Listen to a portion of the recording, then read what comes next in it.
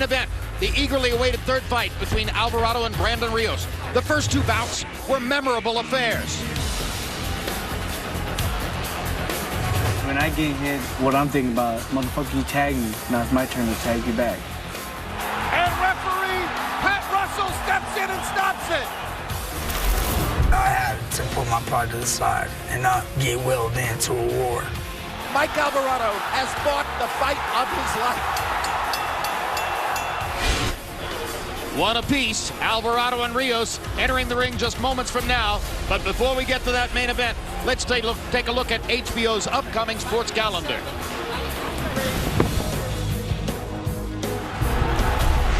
On Saturday, February 21, it's an exciting night of boxing from Monte Carlo. It's the return of Gennady Triple G Golovkin. The middleweight title holder looks to extend his impressive knockout streak to 19. Predator at work. Down goes Rubio. He'll face off against battle-tested Englishman Martin Murray.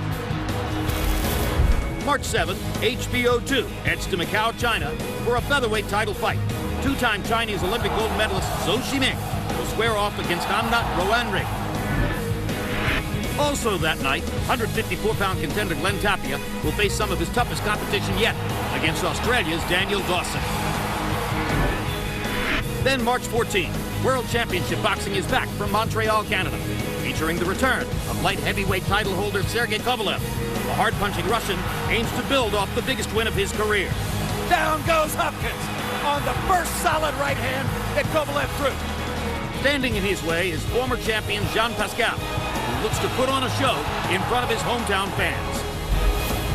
But first up that night, it's a heavyweight showdown between Philadelphia's Steve Cunningham and Ukrainian Vyacheslav Glaskov. Don't miss a moment of the action. For more information on the schedule and the fighters, go to HBO.com and InsideHBOBoxing.com. And a recent addition. On April 25, at Madison Square Garden in New York, Vladimir Klitschko will defend the heavyweight championship of the world against American Bryant Jennings, unbeaten from Philadelphia. It's at 10 o'clock Eastern and Pacific time on HBO's World Championship Boxing, not a pay-per-view. HBO's World Championship Boxing, Saturday, April 25. Klitschko's first appearance in the United States in more than 6 years. And we bring you back live to ringside in Colorado, where I'm with 168-pound world champion and pound-for-pound superstar Andre Ward. Andre, we get ready for the rubber match between Mike Alvarado and Brandon Rios. Given what we know about rubber matches in trilogies and these two fighters and how they are with each other, what kind of a fight can we expect? Well, we don't fully know just yet. But one thing we do know is when these two fighters get together, we're going to see a lot of passion, a lot of heart, a lot of desire. For Alvarado, he has to stay true to what he says his game plan is, which is box, box, and box, and not resort to slugging once he gets hit with a big shot. Brandon Bam Bam Rios, we know he's going to track you down and try to break you down to the body and to the head. The difference maker is going to be whoever is able to implement their game plan and impose their will on the other man. That's the man that's going to get their hand raised tonight. All right. We'll look forward to that. Meanwhile, let's take a look at the subject of Mike Alvarado. He's no stranger to trouble outside the ring. Therefore, it was no giant surprise to anyone when in late September on a trip to Las Vegas, he got arrested. He says on warrants related to traffic violations earlier here in Colorado. He wound up spending 17 days in jail in Las Vegas before coming back here to prepare for the fight. What nobody knew at that time was that there was more outside the ring trouble yet to come. Thursday night, I sat down here with Mike Alvarado to talk about that and its effect on this fight. So you're here in Denver and you're training for the fight against Rios. You do have baggage, which can haunt you and can get you into trouble. And at the beginning of this month, you get arrested again. And these circumstances are really, to an outside observer, Mike, seemingly inexplicable. It's 4 o'clock in the morning. You're in a car with a gun, which for a convicted felon like you is an automatic violation. How in the world could you have decided to be in that position in a car with a gun at 4 o'clock in the morning, given everything that's at stake for you? Yeah, I just woke up.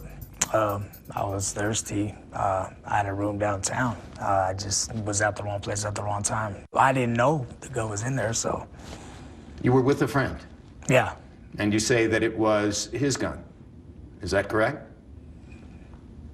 Yeah. And so if you say... It just wasn't my gun, you know? I mean, the owner of that gun knew it was his and put it in there. I had no idea he had it in there, so, you know, just going to the store at that time in the morning, that was just the risk I took.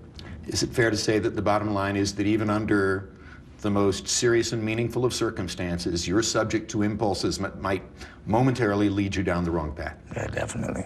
It was another learning experience, and I put it behind me. I mean, I'm just worried about this fight, just focused on the fight. Adversity's been one huge thing in my account. Something bad always has to happen. It's just the way it's been in my career.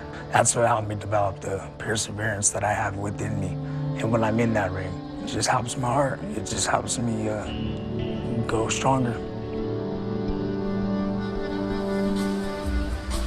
Back live at ringside, Andre Ward. There are no shortage of fighters who are accustomed to that kind of experience, or at least familiar with it. You don't happen to be one of them. But as a fighter and as a human being, what's your instinct as to how this may or may not affect Mike Alvarado in the ring tonight? Well, personally, I don't like it, Jim. This isn't the first time that Mike Alvarado has had some major issues leading into a big fight. It's almost become his norm.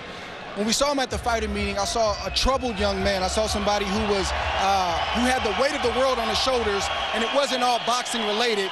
But when you ask him about it or you press him about some of the things that have happened, he says, oh, it's not a big deal. So I don't know if he gets it. I hope that he's able to focus in this fight because he has a real man in front of him. I've never seen Brandon Rios as locked in and as focused as he was in that fighter meeting. Tonight's going to tell a lot for both of these fighters. All right, Andre, let's take a look at the tail of the tape now for these two welterweights at this stage of their career. They're fighting at the 147-pound limit. You see the 6-year age advantage for Rios, who has in the past had difficulty with the law himself, but not in recent years. 1-inch height advantage for Alvarado. Arm length equal from the armpit to the end of the fist. They both weighed in a half-pound or a quarter-pound under the 147-pound limit yesterday. They weigh virtually the same unofficially tonight as they come to the ring. And CompuBox numbers from the first two fights. Look at how equal they generally seem to be numerically, landing virtually the same number of punches per round. Alvarado throwing more, but that statistic is somewhat stretched by his performance in the first 5 rounds of the first fight when he came out wild, throwing 117 punches per round. And connect percentage almost identical. Rios just a little bit better and more precise than Alvarado. After his victory over Mike Alvarado in their first fight, it was not smooth sailing for Brandon Rios either. Back-to-back decision losses to Alvarado and Manny Pacquiao, then a suspension for a failed drug test preceded his last appearance in the ring against Diego Chavez. Here's a closer look at what followed that.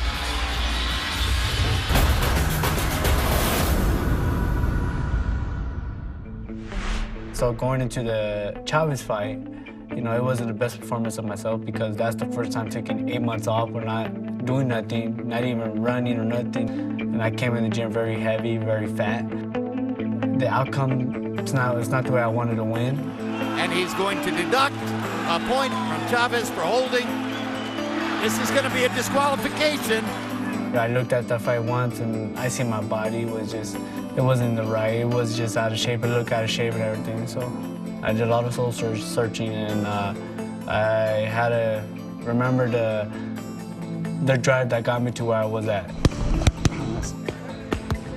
Put that pride aside and been disciplined. I'm not hard-headed, I'm not, oh no, fuck that, my way, no. It's whatever the coach say now. I feel like I'm back to my old self again, like when I first started. And as we prepare for Brandon Rios to come to the ring, take a look at some numbers that show you something that happens in trilogies of this type. Gatti Ward and Morales Barrera, the two recent trilogies that we felt were very comparable in style to what we see between Rios and Alvarado. And you can see that in both of those instances, the two fighters combined wound up throwing more punches per round in the third fight than had been the case in either of the first two fights. Why might that be, Andre? It's tough to tell, Jim, but I think one thing that may jump out is the fact that it is a trilogy, and in some cases a rubber match. And each fighter knows that this may be my last opportunity to get this victory against you. And that's why they put out more in those third fights. Greater sense of urgency, more punches thrown. We might see exactly that again tonight.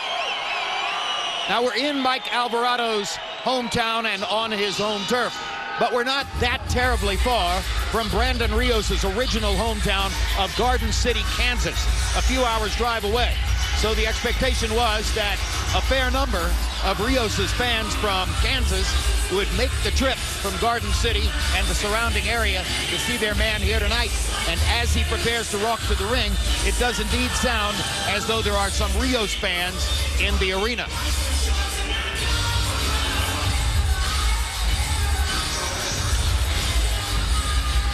One strong element for Brandon Rios, his relationship with his longtime trainer, Robert Garcia. Garcia, one of the most successful trainers in the sport, and to my way of thinking, Andre, an ideal trainer for a fighter who fights in Brandon's style. No, I agree with that, Jim, 100%.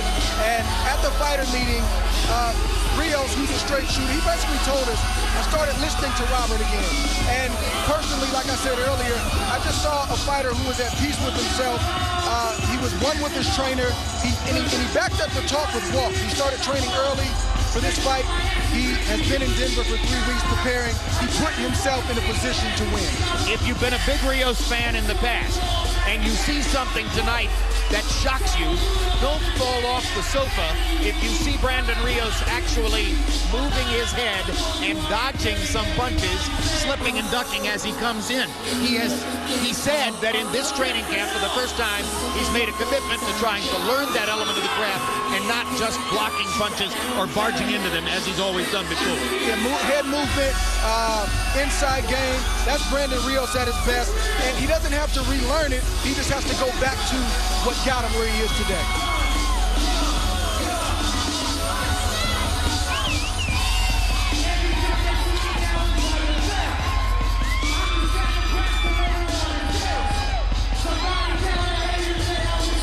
So Rios makes his way in.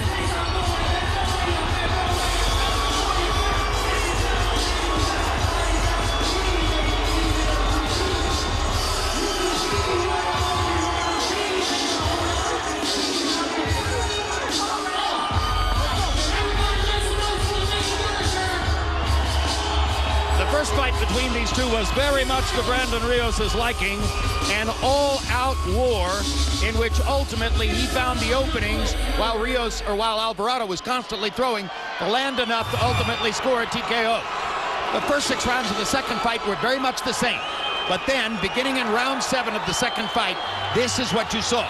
Alvarado moving on his feet, moving away from Rios' right hand, stepping in and landing combinations, then stepping back out. And what that did, that CompuBox numbers demonstrate, was to limit Brandon Rios' attack.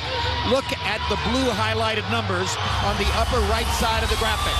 And you see the distinction between those numbers and all the other numbers here. And you see that Alvarado continued to throw at pretty much the same rate and landed at fairly close to the same connect rate. But in the second 6 rounds of the second fight, Brandon Rios' numbers dropped off as he had a much harder time finding the moving target once Alvarado became the moving target. So not surprisingly, Andre, Alvarado says, that's exactly what I have to do tonight. That's where Alvarado is going to have his best success, is when he's moving, and he's a very good mover, and he doesn't run, and he punches well off the movement. That's going to cause Brandon Rios to first have to track him down and then punch, versus being nose-to-nose where Brandon only has to just punch. It was March 30, 2013, when Alvarado made that tactical adjustment and beat Brandon Rios in their second fight. Later that year, he came here to this arena in Colorado for what he expected to be a homecoming celebration against Ruslan Provodnikov. And the game plan was to box Provodnikov pretty much the same way that he had against Brandon Rios. He wasn't able to do it, and his trainers said that part of the problem was training here in Denver. So once again, he prepares for a big fight at home and he decides again to train here in Denver. Yeah, we don't understand the logic of training in Denver when Denver has been, you know, just a place that has plagued Alvarado as he prepares for fights and even when he's not preparing for a fight. But he told us that he made the decision to come back here and train, so he's got to live with that decision tonight.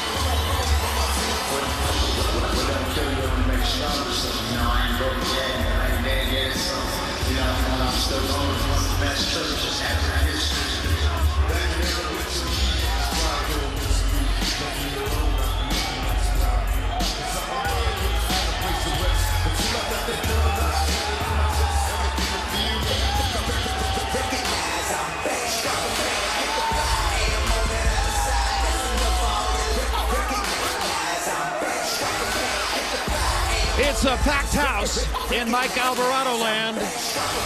Tight quarters, and the crowd bunching toward him as he very slowly makes his way to the ring.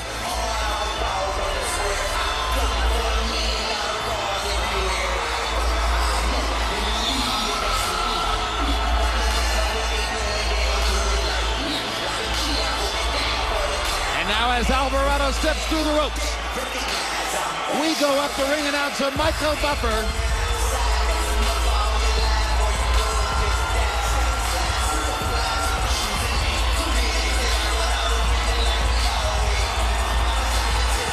For the official introductions.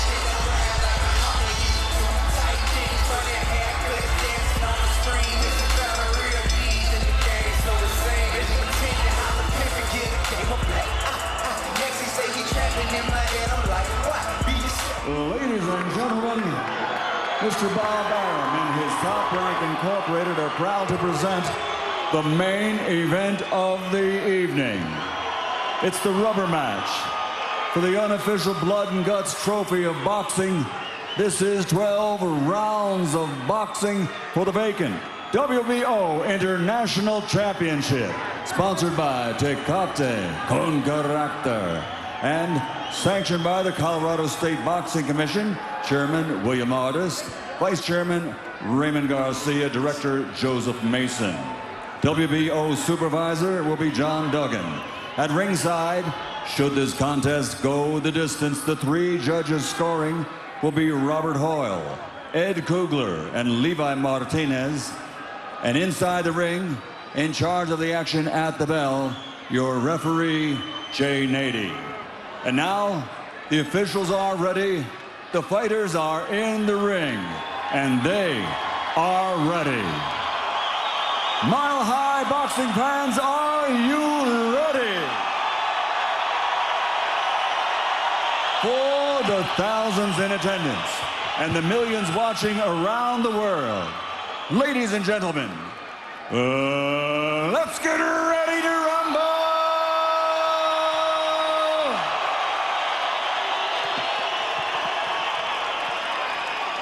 Fighting out of the blue corner, wearing rojo con los colores de Mexico, weighing in officially at 146 3/4 pounds.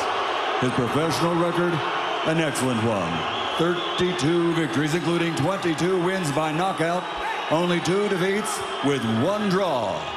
Fighting out of Oxnard, California, USA, the former lightweight and light welterweight champion of the world, Brandon Bam Bam Rios.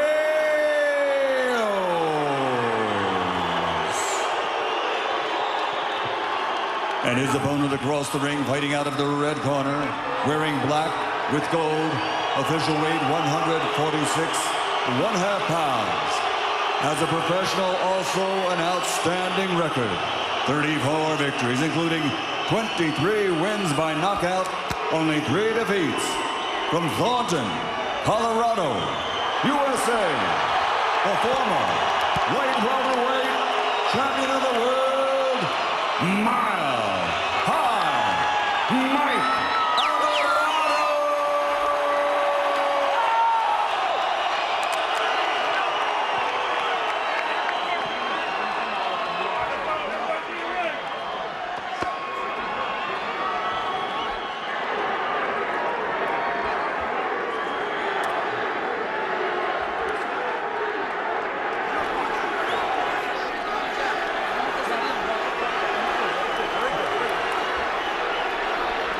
questions?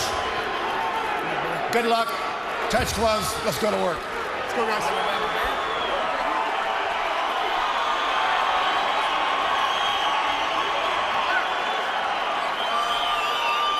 It sounds as though everyone who came here to support Alvarado against Provodnikov and was disappointed by the loss came back tonight anyway.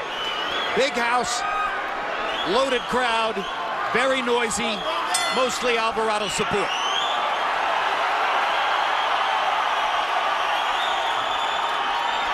Team Alvarado told us in the fighter meeting that even though they want him to box, early respect, getting respect from Brandon early is important to them and important to their game plan.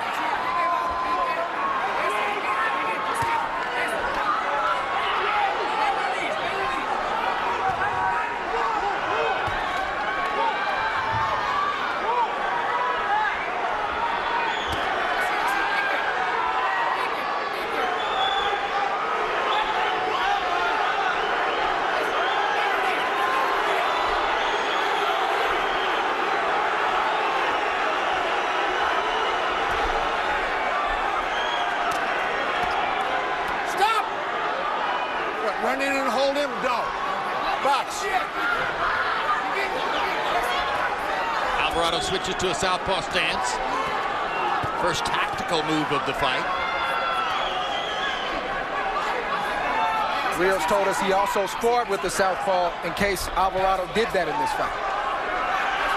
So there's nothing that he can do that I'm not prepared for. Don't hold. Alvarado back out of the southpaw stance. Takes the first big shot of the fight from Brandon Rios. Rios is busier early on. Alvarado holding his fire. A marked contrast to the Mike Alvarado who was throwing 120 punches around at the beginning of their first fight in Carson, California. Mentally, he's battling with himself already 2 minutes into this fight. Do I stand and fight and please these fans and do what I really want to do, or do I stick to the game plan and see if that works?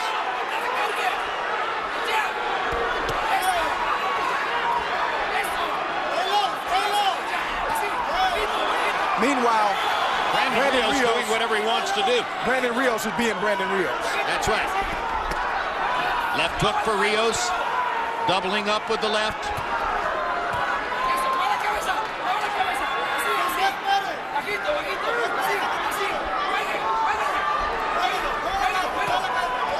A lot of times Rios doesn't get credit for his defense mid-range and in close. He's very crafty. Big right hand from Rios. I'm not sure he's ever deserved credit for his defense the way he deserves it right now. We've already seen some of that newfangled head movement he talked about. It's not just the head slipping movement. along the way. Yeah. Exactly. It's the rolling with punches. It's breaking shots down. Good work from Brandon right now. And Alvarado's busted up already and doesn't have an answer right now. This is a tremendous first round for Brandon Rios, who's been landing straight rights, jabs, uppercuts, left hooks, and generally getting his way against Mike Alvarado. Alvarado has begun to open up in the last minute of the round, but it was all Brandon Rios, and there are red marks on Alvarado's face. Here's a little bloody nose. Okay. I'm not taking him out too fast. Open him out. Relax now. You need to get some more punches going. You know that, right? We got to get some respect back, okay? Quit blowing your nose. We got to get some respect back, okay? He's walking right to you.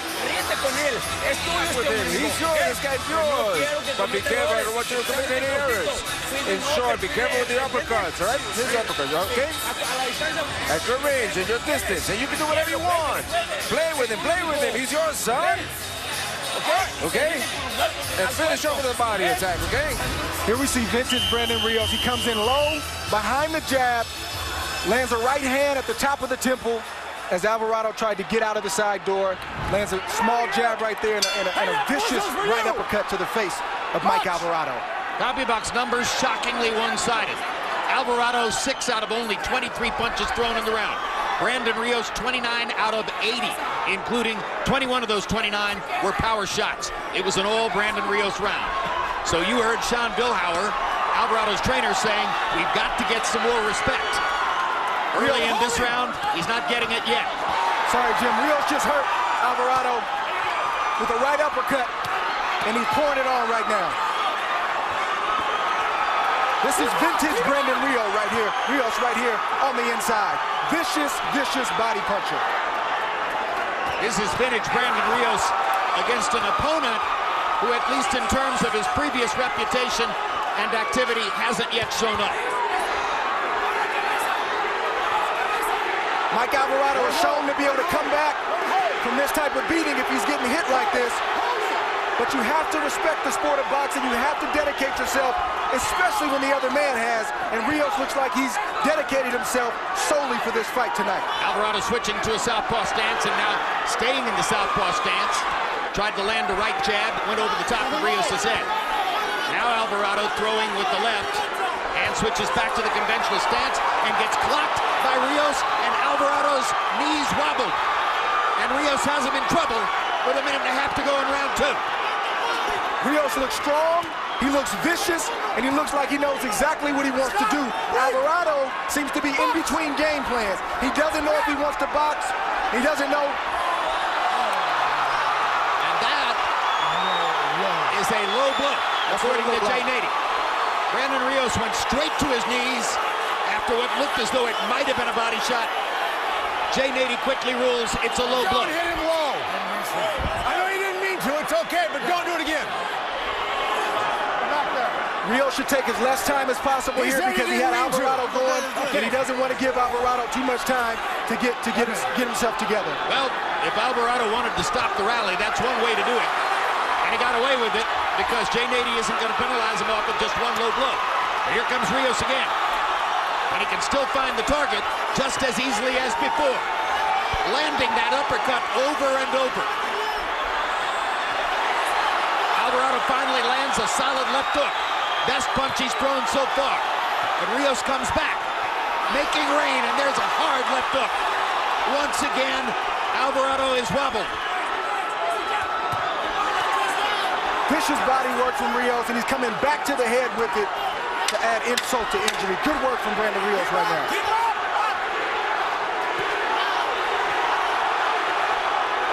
Punishing Mike Alvarado right now. Another brilliant round for Brandon Rios, who is hammering Mike Alvarado. And through the first 2 rounds, it's a one-sided fight entirely in Rios' favor. That's Mike Alvarado's mother at ringside with the stricken look on her face. I'm gonna get you out there one more round. Okay? Get your hands up, start jabbing. Okay? Deep breath. I'm going out, you're going out through this round. Deep breath, deep breath. Throw some fucking punches. Go out there, throw some goddamn punches. All right, baby? Nice sequence from Brandon Rios here. Jab, right hand, and what we call a swivel jab, which stunned Mike Alvarado, shook his legs up a little bit. Nice right uppercut to follow that. Here's the low blow from Mike Alvarado. It may have been a survival tactic from Mike to say, I need a breather, I need to get myself together. CompuBox numbers in the second round. Alvarado 10 out of 34, slightly better than in round 1, but Rios 39 out of 95, including 34 power connects for Brandon Rios. No one who saw Mike Alvarado's astonishing come-from-behind victory over Bradis Prescott, the fight that really rose or brought him to the highest level of the sport, would ever completely count him out of a fight. But if this continues the way it's been so far, it's a matter of how long and when, not who. You see, the difference between this fight and the other 2 fights is Alvarado had more action early. He set the tone. He's not setting any tones right now.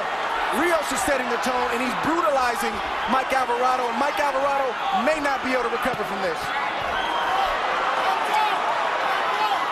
We've had a series of uppercuts for both the right and the left hands of Rios, landing flush.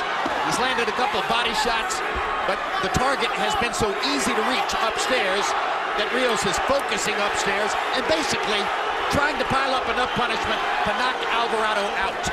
Yeah, he's an accumulative type of fighter. He wants to bust you up to the body and the head. Very tough and very difficult to deal with. Jay Nady, if this continues, has to start taking a hard look at Mike Alvarado, because he's not responding to the punches of Brandon Rios.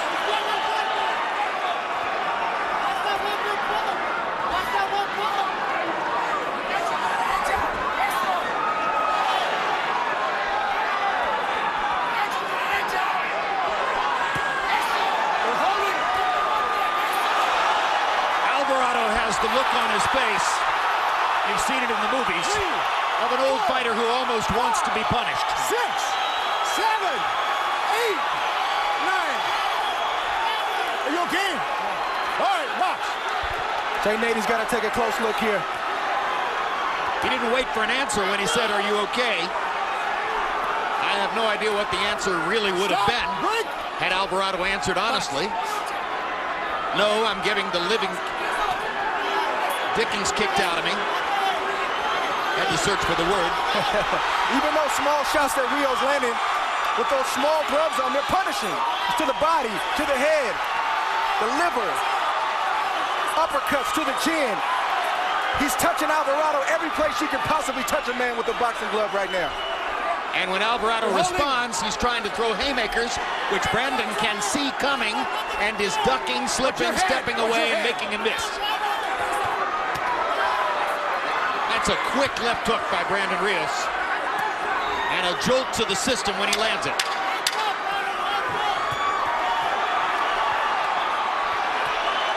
Alvarado lands a right hand, momentarily backs Rios off. Rios comes back with a right of his own, and now the fight has begun.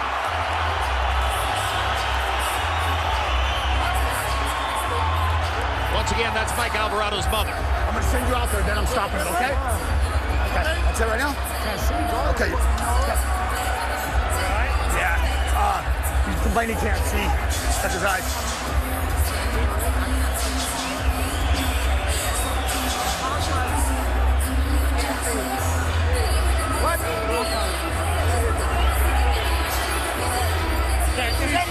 Does that mean you want to quit? No. Does that mean you want to? No. We're gonna stop. No. I don't want to get. Okay. You're going out there. I'm stopping. What do you see here? How many you see? You call timeout, right? No. Okay. What do you think, Doc? No. Fight's over. That's it. That's it. Not a contest. Not a competition. A one-sided annihilation by a very well-prepared Brandon Rios of a seemingly totally unprepared Mike Alvarado. And that's taking nothing from Rios. Rios did his part. He dedicated himself. We spoke about it earlier. We've never seen him locked in the way that he was before this fight. He put himself in a position to win, and Mike Alvarado simply didn't. Alvarado's mother, stone-faced at ringside, and for the second time in his hometown, Mike Alvarado retires on his stool as the result of a frightful beating from a well-prepared opponent.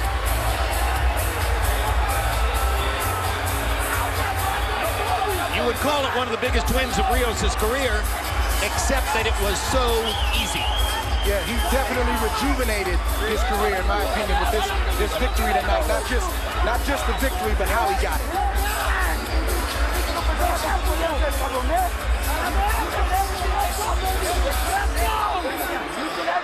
Here are two angles of the knockdown, Andre Ward. Take us through it. This is vintage Brandon Rios. Short uppercut, short left hook inside, beautiful right uppercut.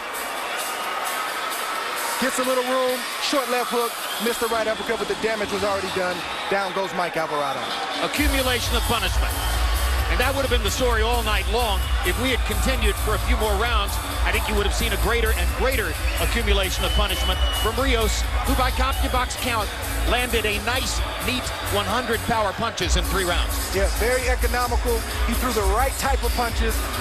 Rios doesn't get enough credit for his ability on the inside. He's one of the best inside fighters in the sport of boxing today. His ability to generate power at short range, it's not that easy to do. And believe it or not, it's not that easy to hit him when he's in close. Rios gets hit on the outside, not when he's on the inside as much.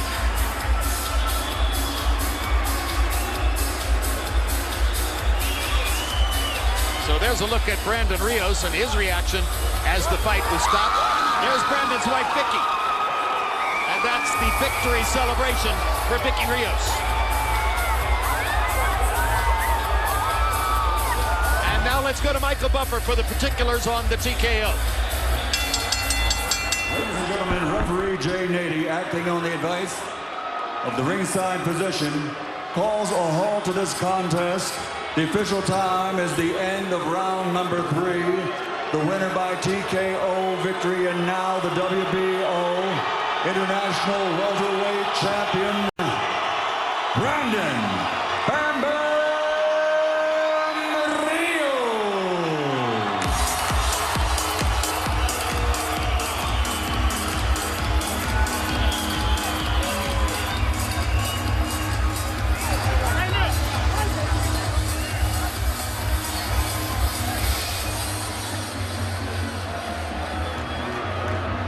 We need an interview.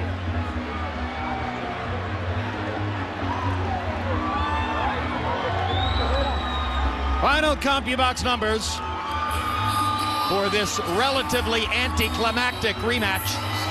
Rios lands 120 and Alvarado lands 20. You can figure out the difference there.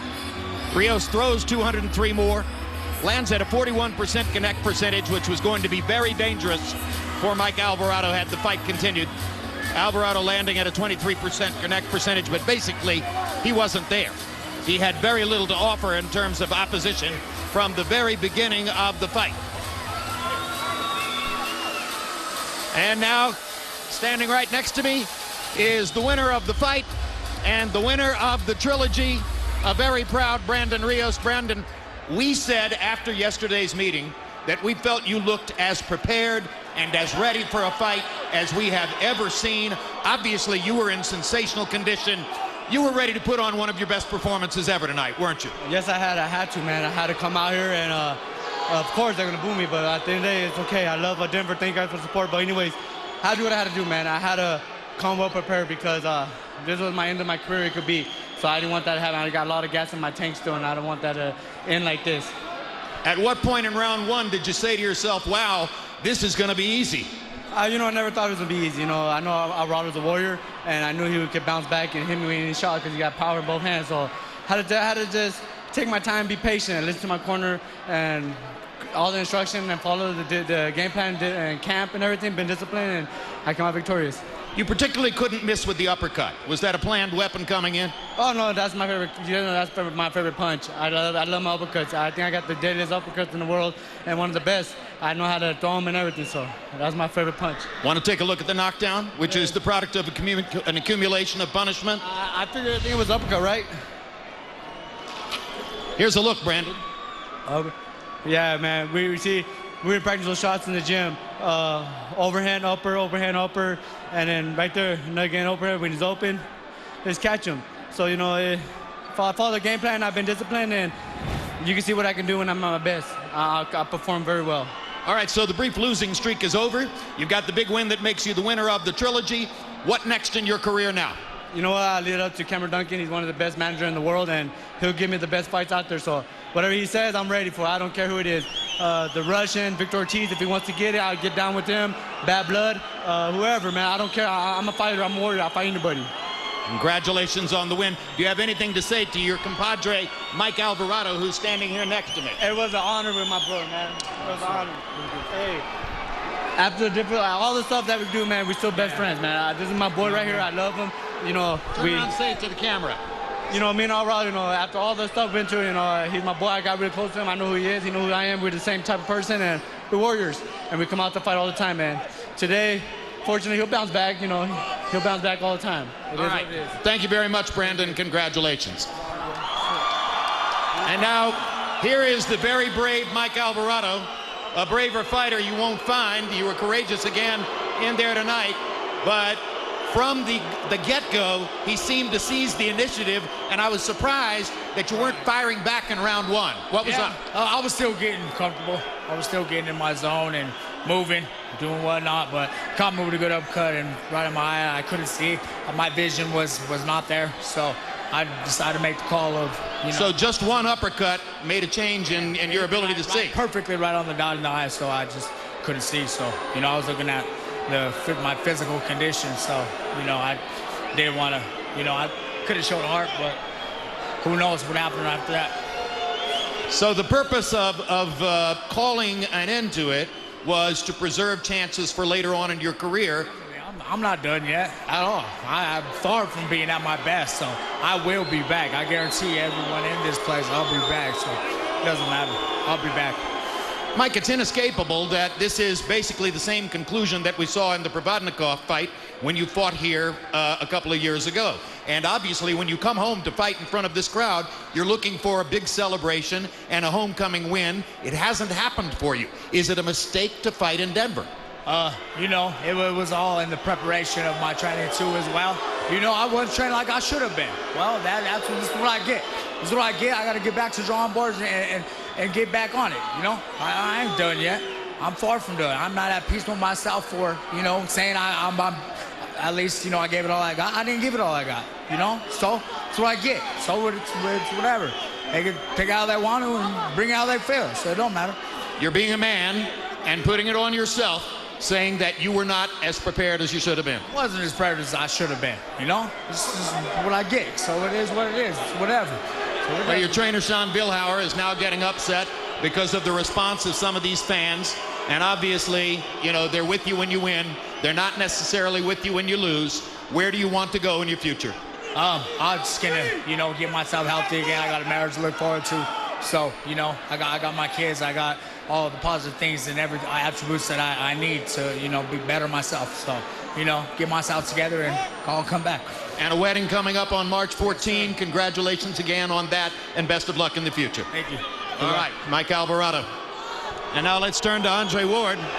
Well, Andre, we heard Mike Alvarado himself say, I wasn't properly prepared. That goes back to our discussion before the fight. It's probably difficult to prepare to the maximum when you're facing the kinds of problems outside the ring that Mike Alvarado faced. Yeah, this sport is hard enough as it is, much less, you know, having outside distractions that are self-inflicted. We just hope, and I mean myself as a fighter in the fraternity of fighters, the fans, we just hope that Mike Alvarado is able to heal physically, mentally, and every which way, and is able to get back on track, because you don't like to see a fighter and a warrior like that to go out like that. Some trilogies end with a bang. Some trilogies end with something more like a whimper. This was anticlimactic. It was disappointing. It was not the best you've seen of both fighters, but it might have been, if the fight had gone on for more of a distance, an inspiring look at the best we've seen from Brandon Rios. He at least seemed to be immaculately prepared for the fight. So we congratulate Rios. We look forward to more of Gilberto Ramirez, whom we saw on the undercard, and we look forward to having you with us again on the next edition of World Championship Boxing, or Boxing After Dark, here on HBO. Let's look ahead to some upcoming programming here on the network. Coming up next, it's a replay of Real Sports. See what's happened 30 years later with one of the best and most unusual NFL teams in recent memory, the '85 Bears. February 21, it's the return of middleweight knockout king Gennady Golovkin. He'll be facing Martin Murray in a special edition of HBO Boxing Live from Monte Carlo. February 28th, tune in for the premiere of Road to Kovalev-Pascal, which takes a closer look at Sergey Kovalev and John Pascal as they prepare for their light heavyweight title fight. March 7th, it's an HBO 2 doubleheader, headlined by Zhou Shiming, looking for his first title belt against Amnat Renrang. Also that night, it's Glenn Tapia against Daniel Dawson. 1 week later, it's the live fight between Sergey Kovalev and John Pascal. Find out if the Crusher can come into Pascal's hometown and record knockout number 24. Also that night, Vyacheslav Kloskov takes on Steve USS Cunningham. And April 25, live from Madison Square Garden, it's heavyweight champ Vladimir Klitschko against Philadelphia's Bryant Jennings. Visit Inside HBO Boxing for up-to-the-minute information on upcoming fights and more boxing programs. And now for our entire crew, I'm Jim Lampley. Thanks for being with us for this edition of Boxing After Dark.